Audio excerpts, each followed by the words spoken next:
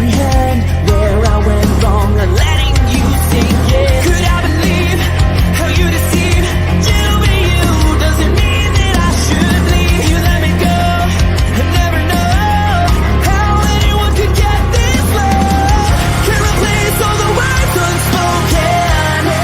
Too late to turn back now. I only see the world is broken, but I can only wish you well when I am the one.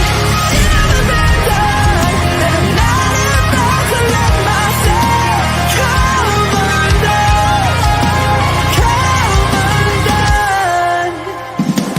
I can never cry from the way I stand up tall, let it all drift away, remembering the best in me.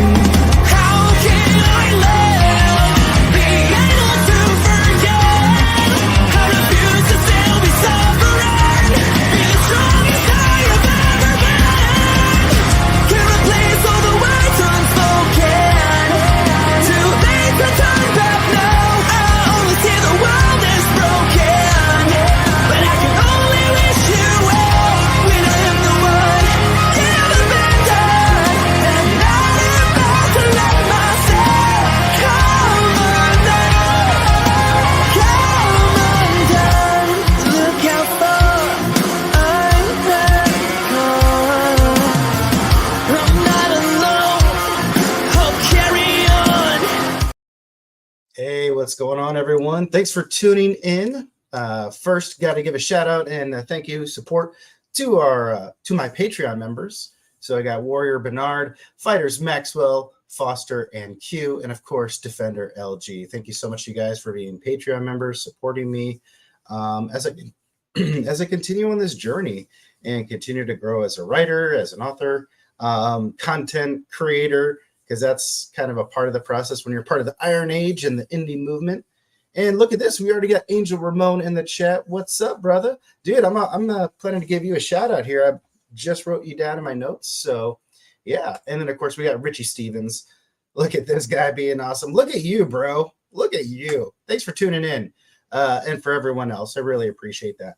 And of course, I appreciate it because we're now in football season.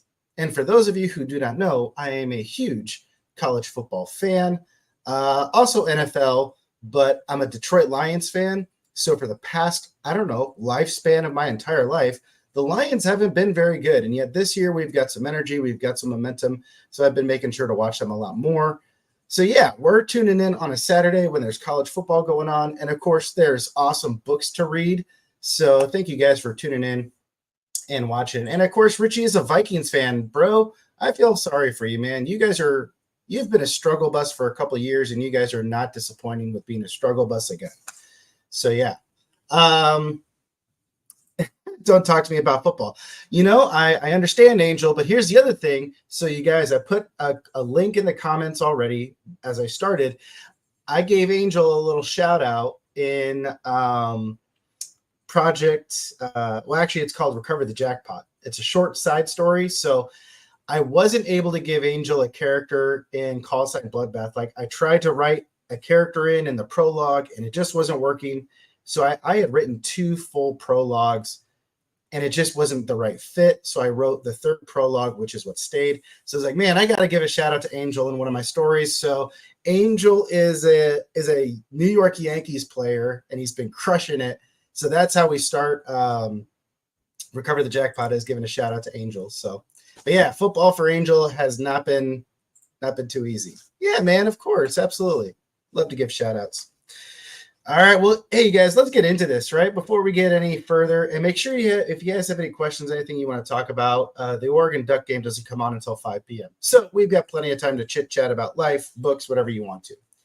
All right. So for updates, book 3, The Dying Breed, Enslavement. I just am about to start on chapter 22 of doing my edits and revisions, getting them ready for Catherine to do her full copy line edit in October. But with that being said, in my Patreon, I now have all of those edited and revised chapters updated up to chapter 21. So for those of you who are Patreon members, and if you're waiting to dive in, you can go ahead and start reading that. That's super exciting. And then Call Sign Bloodbath, which is the book intro video and outro video. That is now fully published on Royal Road. I'm super happy about that. Hey, what's up, Ryan Maxwell? Brubby bro. What's up, dude?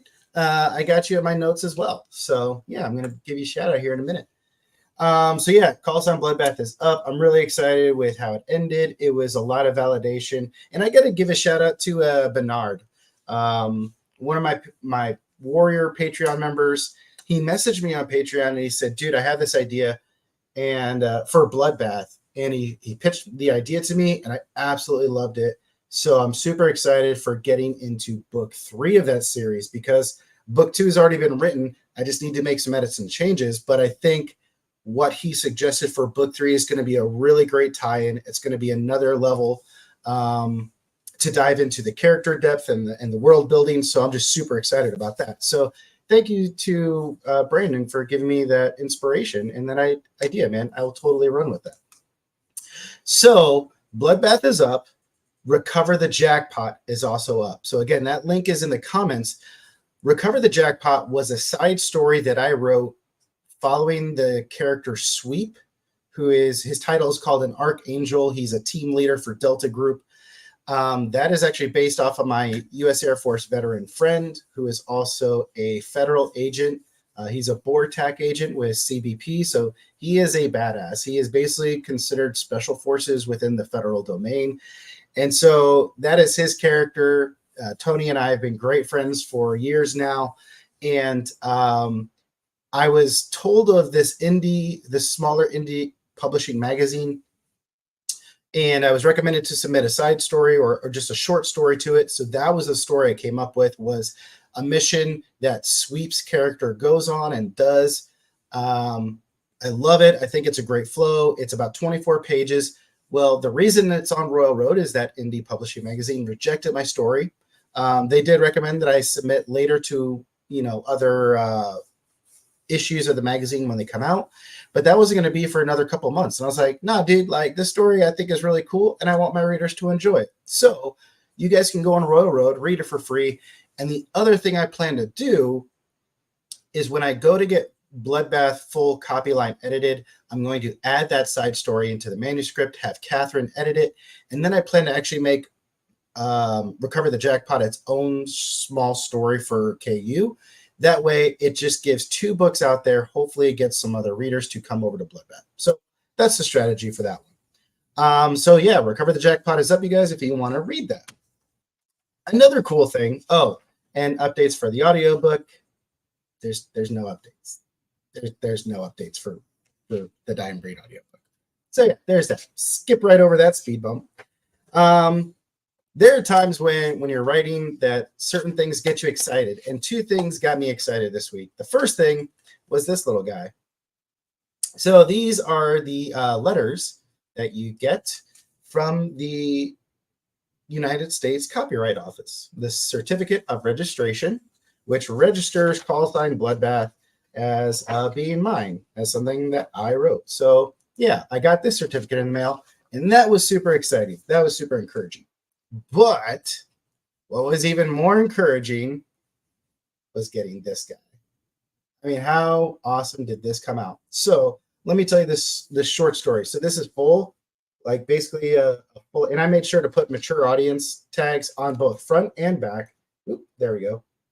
And who knows, maybe I'll put it on the spine as well, right? But even the spine was done, which looks amazing.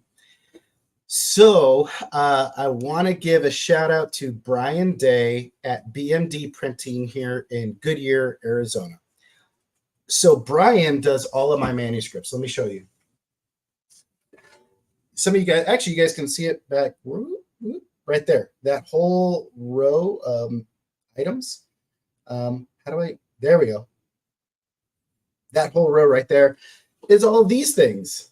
These coil-bound manuscripts, right? And this is where, when I go through and I make all of my notes to do all my changes, stuff like that. So Brian prints all of my documents because he is literally 50% cheaper than like getting it done at Staples or Office Max, Office Depot, like anything like that. And it's just great to support a local business and everything else. So he said, hey, man, I have the ability to do perfect binding, which this is. You do the most printing of your manuscripts through me and everything else. So would you be okay if we took one of your manuscripts, printed it up in a paperback form, but I want to do 2 copies, one for me to keep here at the store so I can show people that we can do it, and then you can have it as a keepsake. So of course I was like, absolutely. So give a shout out to Emily Godhand, who did a very quick formatting job to get it ready for print, but it looks like she did amazing, and she was done in like 10 minutes. I was like, how the hell did you do that? Richie, I need it. Nice one. Oh my gosh, hold on, I'm getting there.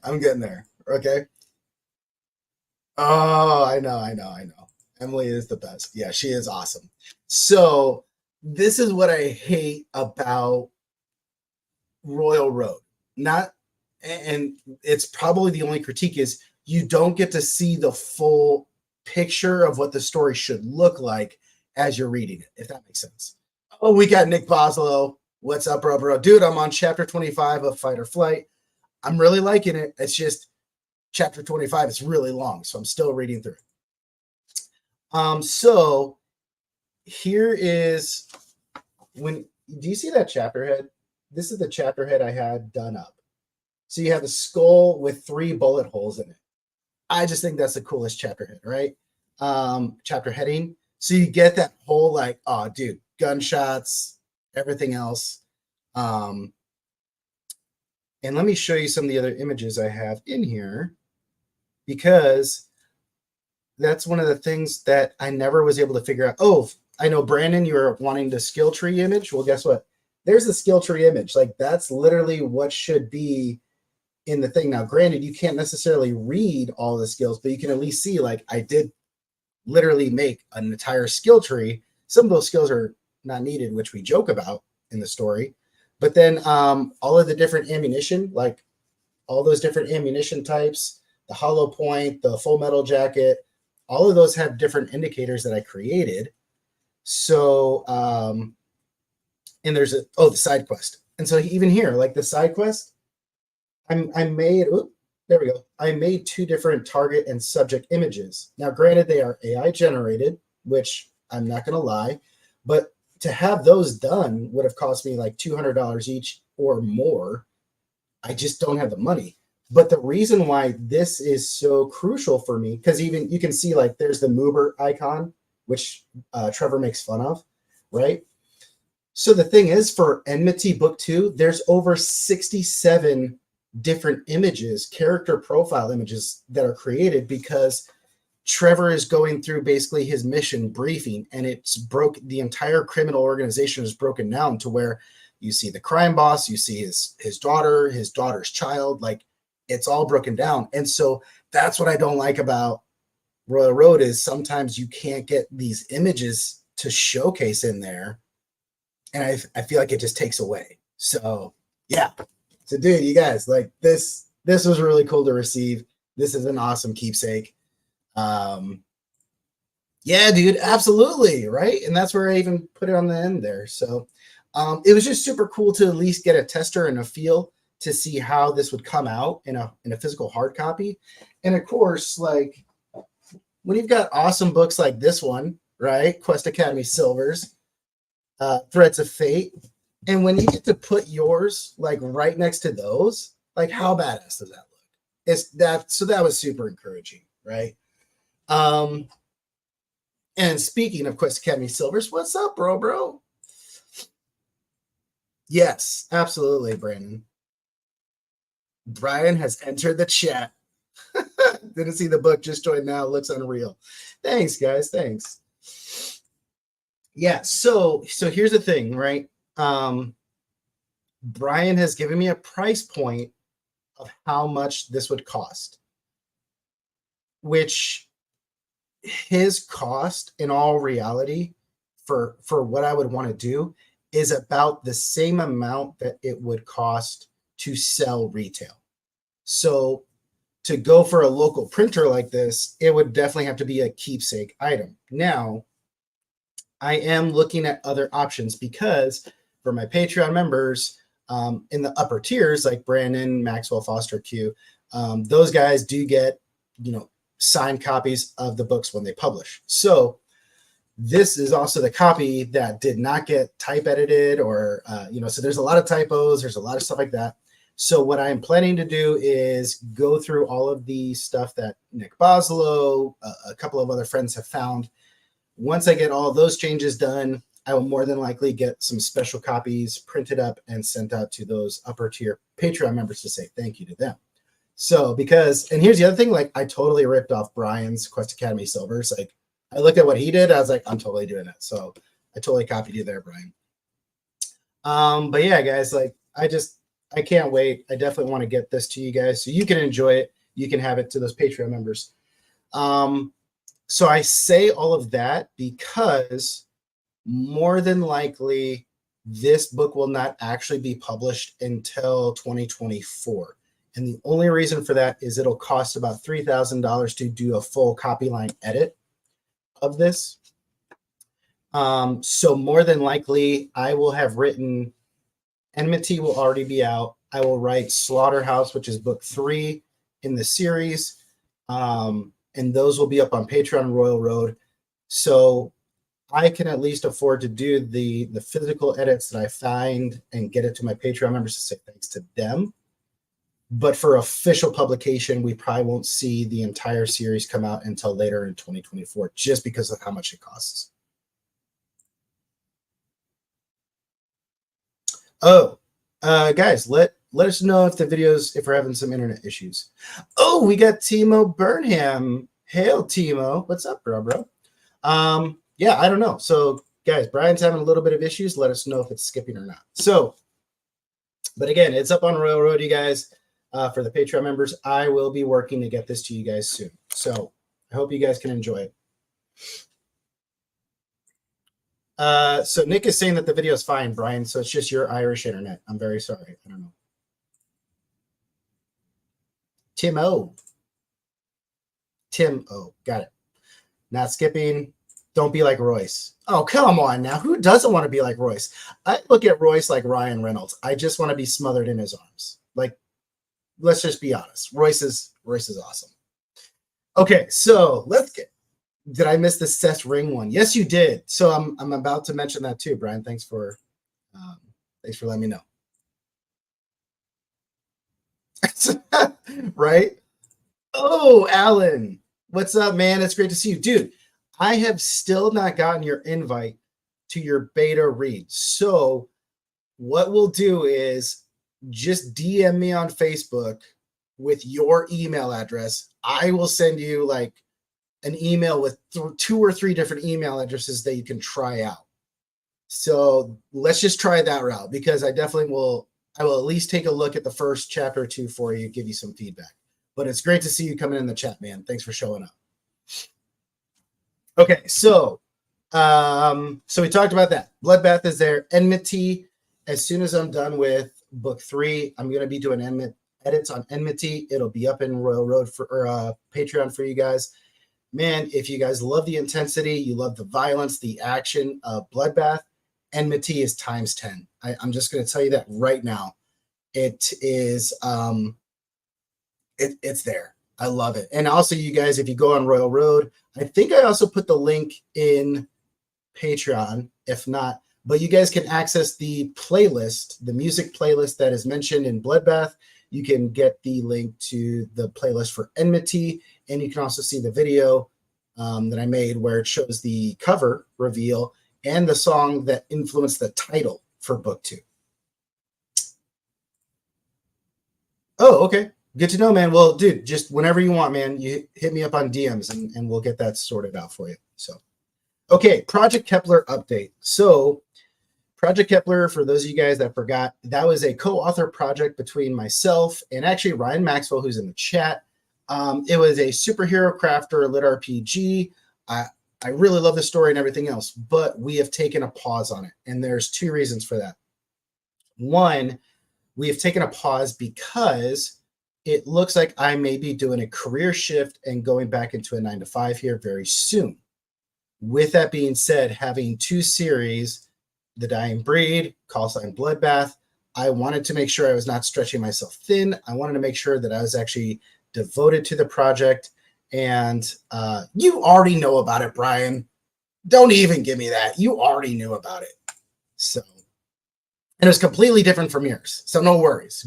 Maybe you did have a little bit of inspiration. No, maybe. I don't know. Cannot confirm or deny. But we've taken a pause on it because I wanted to make sure I devoted quality time to the projects. And I also wanted to make sure as soon as I'm done with book 2 edits of Bloodbath, I want to finish book 4, finish out the Dying Breed first saga, because I didn't want to have an incomplete series out there. So with those 2 series being so critical at certain different critical stages, I didn't want to just be stretching myself thin. I wanted to be fair to Ryan and being devoted to the process. So we've taken a pause on that because Ryan Maxwell has also released his own 2 stories on Royal Road, which are doing very well already. So a huge shout out to Ryan for taking that jump. He has got, Grand System Vending, which is a lit RPG vending apocalypse story. And dude, 35 followers, 3 ratings already, and you're only 5 chapters in. So congrats on that, man. Looks really good. I've gone through chapter 1. I need to catch up on the others. And then of course he came out with his Dragon Rider series, Unexpected Hope, which is also ongoing. So with that, when he was getting motivated and inspired, I was like, you know what, dude, you've got this motivation for Grand System Vending. Go for it. Like, we can take a pause on Project Kepler. There's nothing that is saying we have to get this done. So, dude, go for it. So he is diving fully into his projects. I'm diving fully into my projects. And we still have Kepler there whenever we're ready to jump back into it. So, yeah, Brandon's like, awesome stuff, right? Love the vending. Read it this morning, really good start.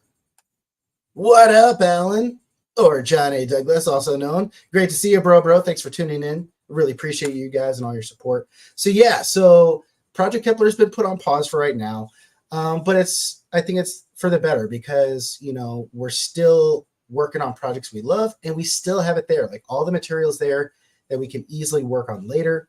There, so there's that. So shout out to Ryan. Congrats, bro. And then shout out to Angel Ramon, who's also been in the chat. Angel just came out with Pina Colada and Rats 2, his second book in his new horror series. Pina Coladas and Rats 1 did so well that he jumped in, wrote book 2. Book 2 is number 2 on hot new releases right now. And because of the success that he's been having, going back to his origins in the horror genre, he is now writing Pina Coladas and Rats 3. So, dude, congrats to you, Angel, man. It is always great to see indie authors doing well. And I'm glad that you're still, you were in horror, you're in lit RPG. It shows that you can be in 2 different genres. And of course, your horror audience has been supporting you and all that. So, dude, that's just so awesome to see. Adding Ryan's stuff to your TBR list on Royal Road. Good for you, dude. And yeah, dude, Angel does write some good stuff. So, Richie knows. He's an OG like that. Absolutely, man. Happy to support you, dude. So, shout outs to those authors. You guys are doing awesome stuff, man. It's great to see you guys doing that. Okay, so then for those of you who missed out, Seth Ring has been a great... started yesterday. So good. Stephen Landry, the one and only. Miss you, dude. I miss your face. You give out some great hugs, too. Will you ever dab into the horror? I feel like Enmity, book 2 of Call Sign Bloodbath, is more on a horror side or a gore side. I do have some other books, some other ideas that are in the horror genre-ish, like realm. But the thing is, I've never read horror. So I need to read... I think I'm going to read Seth's new book that's coming out. Actually, that launches in 3 days. Because he really dives kind of more into the horror, like he said. So I'm going to get it as an audiobook because I've got 3 credits saved up. I'm going to get it, listen to it, and see like use him as a barometer with Enmity Book 2 and see how that matches up. But I love having horror elements. I love having more realistic books so far. So yeah. That's right. Quack, quack, Steven. What's up, Quack Attack? We're coming into the chat. And Dreamer Stone. Yes, thank you, Richie. That was what I was thinking. So, but yeah, Seth's Ring, we did our interview on Thursday because of our sickness or illness. It's just over 2 hours long, but dude, it was such a great interview. For those of you who have not checked it out yet, we get into some really deep stuff. And that's why I love Seth. I think he's awesome. He and I are very similar mindsets. And of course, he has been super successful in the indie scene, the lit RPG scene. He's got 22 books under his belt. He's got another 6 books that he is writing this year.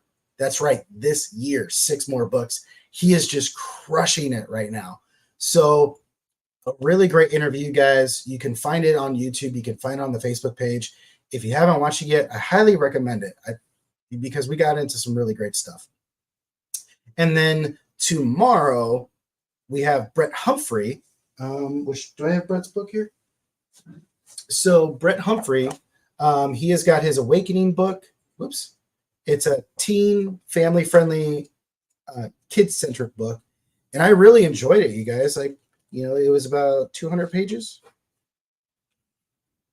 Let's see here. 180 pages.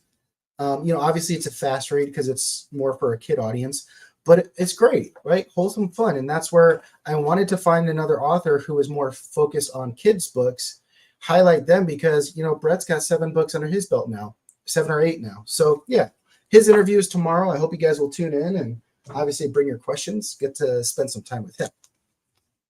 So, all right, well, those are the updates really, right? Those are the updates.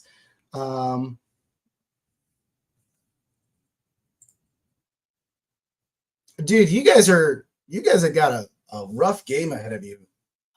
I don't foresee any luck happening in the Giants' house. So, all right, so now let's get into thoughts, right? What were my thoughts for this week? Some stuff that I wrote down. So this was something that Seth and I talked about on our interview. So if you guys saw the interview, you already got a preview of what I'm about to say. But no one can predict how a book or a book series will be received. At the end of the day, there's only, are you happy with the story you wrote? And then you've got to let the readers decide, right? You could surround yourself, and again, Seth and I talked about this, you can surround yourself with the greatest authors in the industry at that time, previously, whatever. They can give you all the advice, they can give you all the mentorship, all the coaching you need. You write the story, and at the end of the day, the readers decide.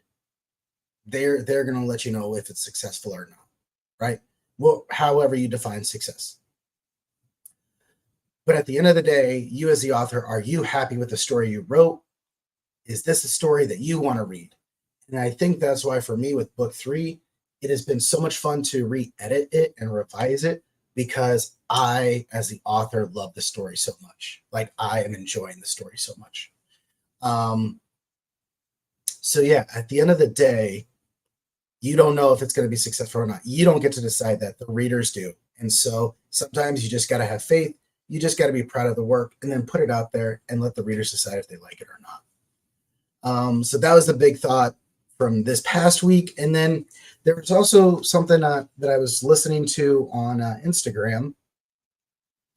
And it was revolving around the constructive interfacing, the constructive interface, which is a law in physics. And this guy found the Spain scale of emotion research. Spain as in the country scale of research. Or excuse me, scale of emotion research. And it was about how these scientists put 25,000 people into a room and they were able to measure the wavelengths that were coming off of people, the wavelengths that were being emitted off of people as they experienced different emotional states. They could then see and identify which people were frustrated, which people were angry, which people were this, because each of those emotions started to emit a certain wavelength. And there was one frequency of the wavelength which was more powerful than any of the other wavelengths. Now, I think initially people would say, oh, it's got to be love. Love has got to be the most powerful. But it wasn't. The most powerful frequency that the scientists could measure and identify and see over and over again was connected to authenticity. Authenticity was 4,000 times more powerful than love as they measured it. And so that was where he just said, think about that concept where you are just being genuine, you are being authentic to those around you, all of the different emotions, all of the different things that are wrapped around that. And I think when you are writing and when you're being, when you're going through your projects, how authentic are you to the material?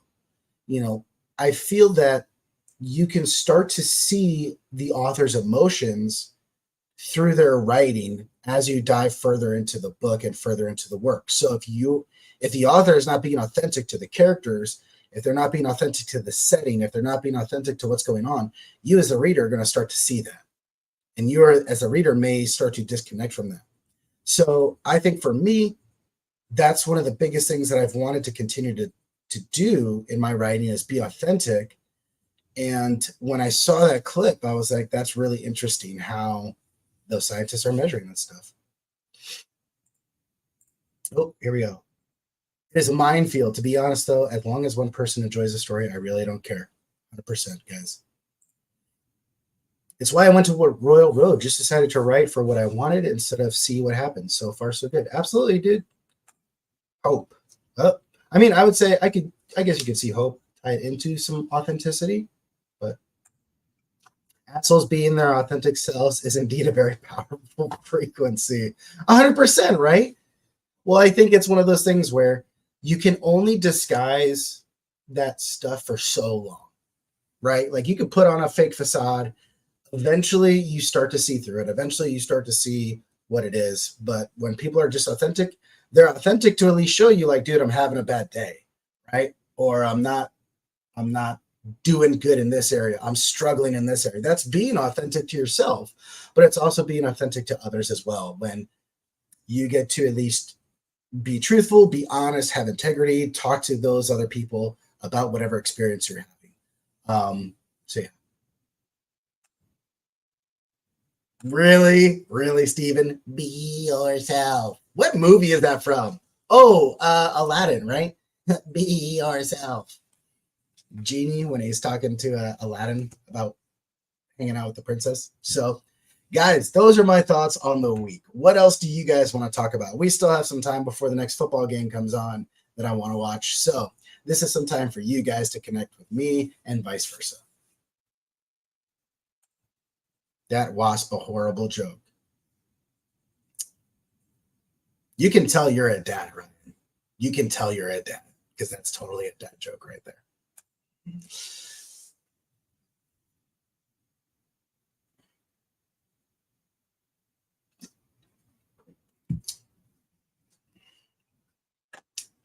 All right, guys, what else do you want to talk about? It stings, doesn't it? Really? Is that what this is turning into? Like, now that we're all done, we're just going into dad joke time, which is great. Honestly, like I love dad jokes because especially you can just make it super cringy when you deliver them depending on the situation. So definitely throw some dad jokes at me. What were some of your key takeaways from Dragon Con? Do you see yourself going to it in the future?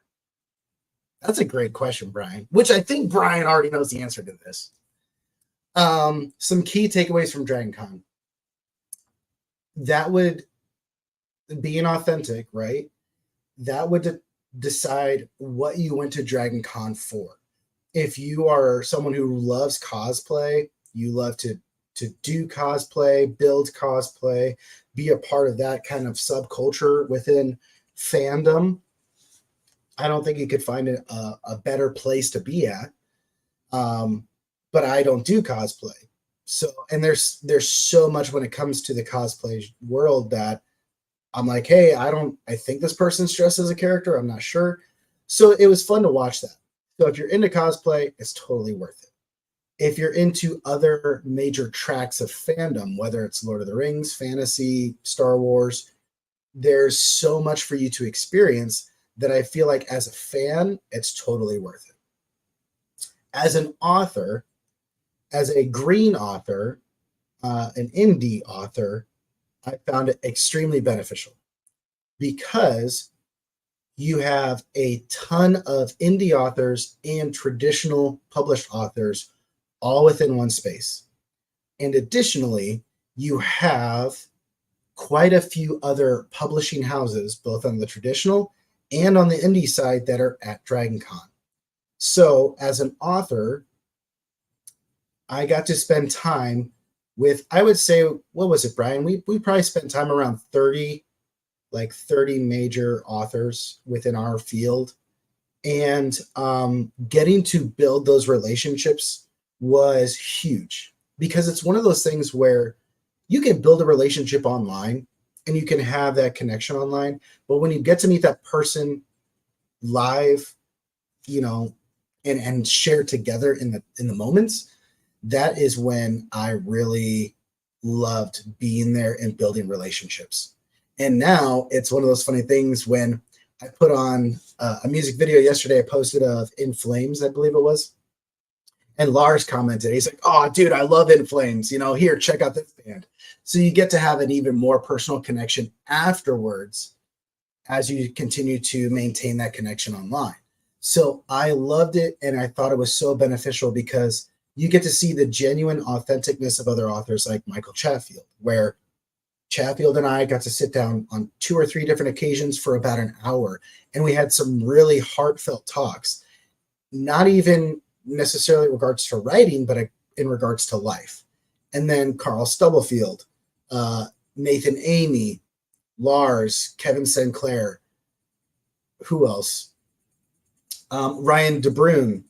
I mean, just getting to sit down and spend quality time with your peer group. Stephen Landry, he and I got to sit down and we had some very open and honest talks as well about stuff. So, I mean, I just absolutely loved the experience. And I think if you're within the lit RPG realm, or even as an author wanting, oh, we got Carl Stubblefield in the chat. I just mentioned you. Oh my gosh. I feel like that was just such quality time that is priceless. I did not take any photos. Like, I didn't take any selfies with people. Other people took photos with me, which I really appreciated. But I love building those connections. I love building those relationships. So I would say it's definitely worth the investment from that aspect alone. So, all right, let's go back into the chat. I'm just listening at work. What was your favorite part of DragonCon? Well, I think I just covered that. Just tell you to buzz off. Dude, dad jokes for days. I would prefer a reader to tell me they thought a story was shit so you can discuss why it's not for them. Absolutely. I think that's fair. If a reader says, I don't like it for this, as long as you're acknowledging them, because I think Seth and I talked about this in our interview too. When you're posting on a Royal Road and someone comments, they are taking time to let you know their thoughts. I feel like if you can at least acknowledge them, that goes a long way, because you can turn haters into fans, or maybe not haters, but you can turn people who were not necessarily for your work into a fan because you, the author, are connecting to them. They may not connect to that particular story, but they may connect to you as an author because you're taking the time to acknowledge them. Like, dude, you took the time to comment, to suggest something. Your points may or may not be valid, but I'm at least going to acknowledge you. I think that's a huge part of it. Brian beat me to it and commented, didn't load for me. Sure, Richie, sure. Other than the fact that the Westin will require you to take out a new mortgage to afford a tab. Facts. I'd like to go to DragonCon one day. It was a great time, Angel. I think you'd really love it. I think you'd really enjoy it. And of course, like I just mentioned, Carl Stubblefield. Dude, we need to set up a time to have you do an interview, an AMA with me. I would love to bring you on and we can talk, because Carl had a great question. He hit me with this question. We were standing at, what was it, Fantasy the fantasy event where any type of author within fantasy, so you could have fantasy romance, you could have epic, progressive fantasy, sci-fi, lit RPG. We're standing there, and I think if I remember the question right, Carl, he said, all right, TJ, if you could have 20 Fantasy Gather, that was it, yeah. He's like, if you could have 20,000 hours to devote with being mentored by like an expert person within any type of skill or field, like what would it be? I think that's the question he asked me. I was like, yo, that's deep. Like, that is deep. So I countered and I said, can I break it up? So if I have 20,000 hours, can I break up those into chunks? And he said, yeah, absolutely. So what was it? I think I said, I was like, I'll take 2,000 hours in traditional like field medicine, like before Western medicine, but traditional healing medicine, mechanics, agriculture. So I split it up so that I basically was planning for the post-apocalypse. I was like, okay, I need to know like what plants I can and can't eat. I need to know what mushrooms are healthy for me to eat. I need to know like mechanics and all these other things. So that was a really fun question. I think we got interrupted by Harmon Cooper or someone else. We didn't get to finish that. So I think Carl and we need to do an interview AMA, and we need to bring that question back and have some fun with that. I apologize for these puns. No, you don't, Ryan. No, you don't. Don't be lying. Richie too. I know, right? We got everyone in the chat today. So this is awesome. Brian giving you a shout out, Carl. And dude, Carl, so for those of you guys, if I remember correctly, Carl, you just omnibused your series, and I think you can get the audiobook omnibus now on Audible. So let us know if it's the audiobook or the ebook that's now omnibus. Carl is by far one of the nicest and most authentic people in the community. 10,000% agree with Brian on that. Loved getting to spend some time with Carl. And we used to live in the same city. We used to even live on the same side of Salem. We were both living in West Salem. He was more on the far west side of West Salem. I was on the north side of West Salem. So yeah, that's really fun. Some do, some are just trolls though. 100%. 100%. If you had 5 skill points and each skill point equals 2,000 hours, that's what it was. Of coach guided feedback training, what would you choose? So that was it.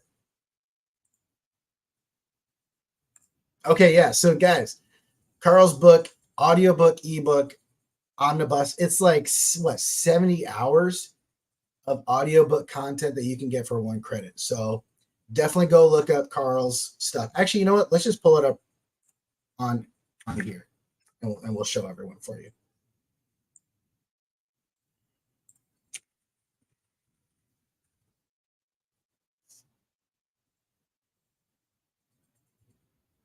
All right, I got to make sure I find it.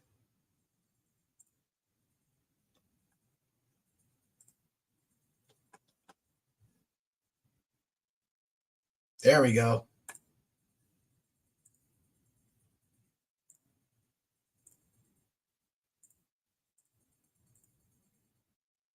Boom. Look at that. Henchman Omnibus, books 1 through 3. So for audiobook, okay, 36 hours. My bad. Maybe if you listen to it twice, 60, 72. There you go. So that's what you guys need to do. You need to buy it with 1 of your credits. You need to listen to it twice because it's that great. I've got a road trip coming up here pretty soon, which is about a 24 hours total. So, Carl, I think I need to add this to my list, man. I think I need to add this to my list. So there you guys go. Carl Stubblefield's Henchman. Performed by Travis Baldree, which for those of you who don't know, everything Travis does with his voice is pure gold magic. Like, he is, yeah, so I just saw an ad for it. Yeah, Mountaindale, those guys are definitely pushing this thing hard for everyone. So yeah, narrator Travis Baldree. Can't ask for a better series. So definitely go check that out. All right. So yeah, so Carl, I'm going to hit you up, man. I'm going to hit you up here probably the next couple of days so we can set up a good time to do an interview with you and we can talk about your stuff, man. Because you got some great stuff. We need to share that with everyone. So Okay, what other questions you guys got? Dragon Con, guys, honestly, it was a great time. If you can financially afford it, thankfully I found an Airbnb I was able to set up in there. And Brian completely the EU, the European Union of Authors, Kevin Sinclair, Jez Kajio, Brian Norton completely sabotaged me in Settlers of Catan. I was not harming a thing. I wasn't hurting anyone. I had the longest road. I was doing great. And then, of course, someone by the name of Alaron Kong decided to convince the European Union to work against me. And in so doing, I even warned the EU. I was like, hey, if you do this, Alaron's going to win. And I am not lying when I say that each one of those people looked at me and they said, TJ, as long as you don't win. And that's what they did. And they completely let Alaron win. So next year, next Dragon Con, the annual Settlers of Catan game is going to go down. And yeah, I'm coming for payback, you guys. Oh, absolutely, brother. Absolutely. Happy to help you. You had so much game. You were doing amazing. And all I wanted to do was ruin your life. And you did. And you did. And then we all got COVID. We all flew home like that night. And as soon as we all landed, all of us tested positive for COVID. So yeah, let's do the annual game without the sickness. That's what we need to work on. What you're whining about is that you lost in a game where the objective is to win. Yes, I am, Ryan. I am whining because they corroborated against me. Yes, see, and Geneva coming in, confirming it. They're afraid of me. They were afraid of me. That's what it was. So yeah, so that's where, you know what, we're just gonna go to Dragon Con and we're just gonna have a Settlers of Catan tournament. Geneva will run it. I'm just gonna put this on her plate, right? Which I know she's probably wanting to slap me right now. So yeah, we should just have all the lit RPG authors sign up in a bracket tournament, and we're literally all gonna play Settlers of Catan. I think that would be amazing. Collaboration. Whichever. Look, guys, even though I'm an author, I can't spell or speak worth anything. Like, if my life depended on it, obviously I'd already be dead. Yes, Jez has that photo. So Jez, Chrissy, Jez's wife, was talking to him, and she's like, hey, how are things going? What are you guys up to? So Jez leans back, takes a photo, and it's right when Brian is giving the middle finger to Alaron. Hilarious moment.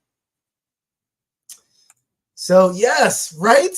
We have the space. We have the technology. We had board games at Lit RPG Under the Sea. So now that's what we'll just do. What if we, at the very start, the first night of Dragon Con is the first round. You have the bracket system until the very final Lit RPG Under the Sea is the grand tournament. And we all have to, those final champions play for the title. Booby prizes.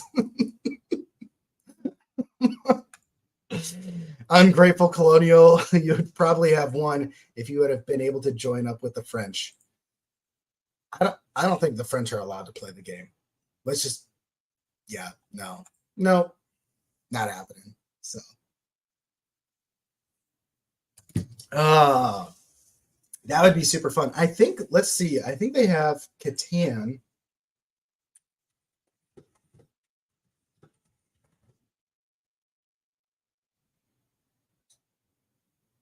Whoa. Can we play Settlers of Catan online for free? I'm probably going to get a virus on my computer. Yo, there's an alternative to Settlers of Catan for free that we could play online? Whoa. Yo, you guys want to see this? Okay, hold on. That's a Revolutionary War reference, you uncultured swine. Look at you being so bold. So bold, Ryan. Monthly online Catan sessions. Yeah, so, okay. Like, never. I'm so confused right now. What do I? List of commands, build road purchases, finish game setup. Oh, place a house. Oh, I see. Okay. There's a game on Steam called Tabletop Simulator. It might have Settlers of Catan on it. Okay. You guys, look at this, though. I think we're going to have to get some friends in here. Boom! Settlers of Catan, but it's for free, so it's probably viruses. Probably just like China's hacking in and stealing all of my IP. They're not. It's not that great, right? But, oh, okay. So there's, yo. I don't know why I did that. That was a terrible move. Where else would I want to go?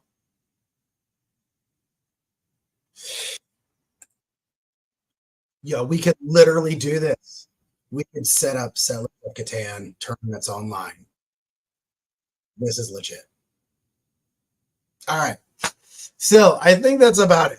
Because clearly you guys did not tune in to watch me play Settlers of Catan online. So is there anything else you guys want to talk about when it comes to the writing scene? Anything else? Otherwise, I'm going to go watch some football. And because, yeah, that's what I do on Saturdays is watch football all day long.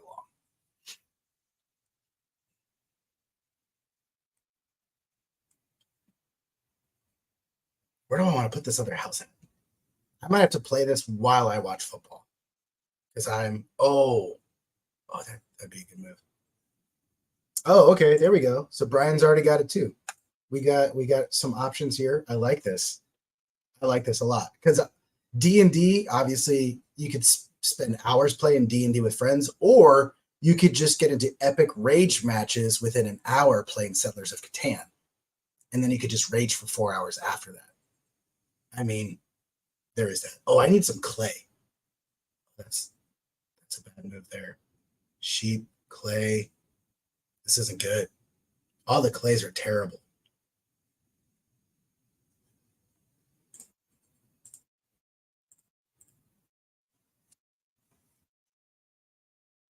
Use chat. There you go. See, you're already in the works for getting us to rage online with one another. Enjoy. All right, guys. Well, hey, I think that's it. I think that's all the updates. So again, going to do big gaming session together. We should absolutely play Crusader Kings 3. Settlers of Catan is the gamer version of Pictionary, the fastest way to lose friends. Who was just telling me about Crusader Kings 3? Maybe it was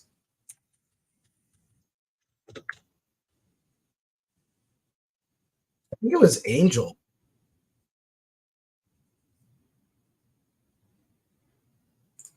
Okay, just let me in.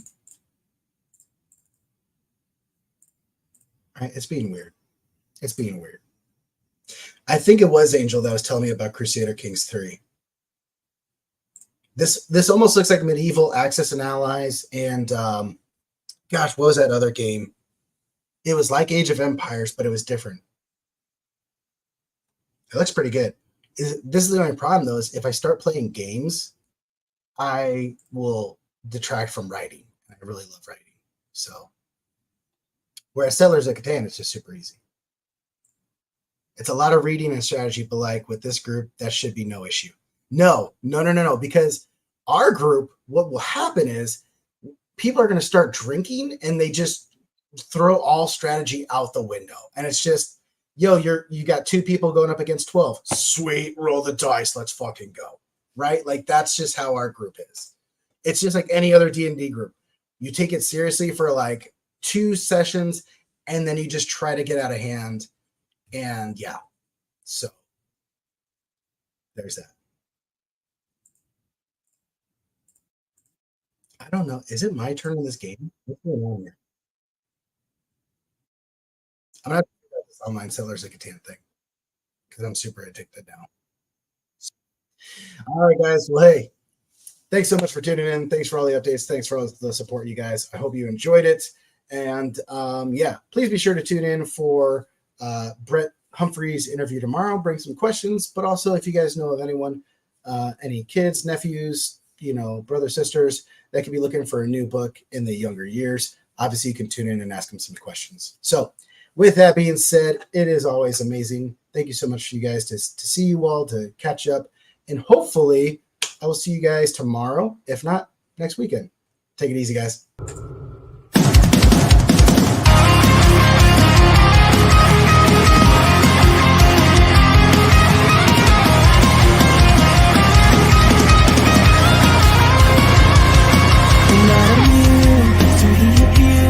That's why I'm standing here with nothing left to lose. I can't begin to comprehend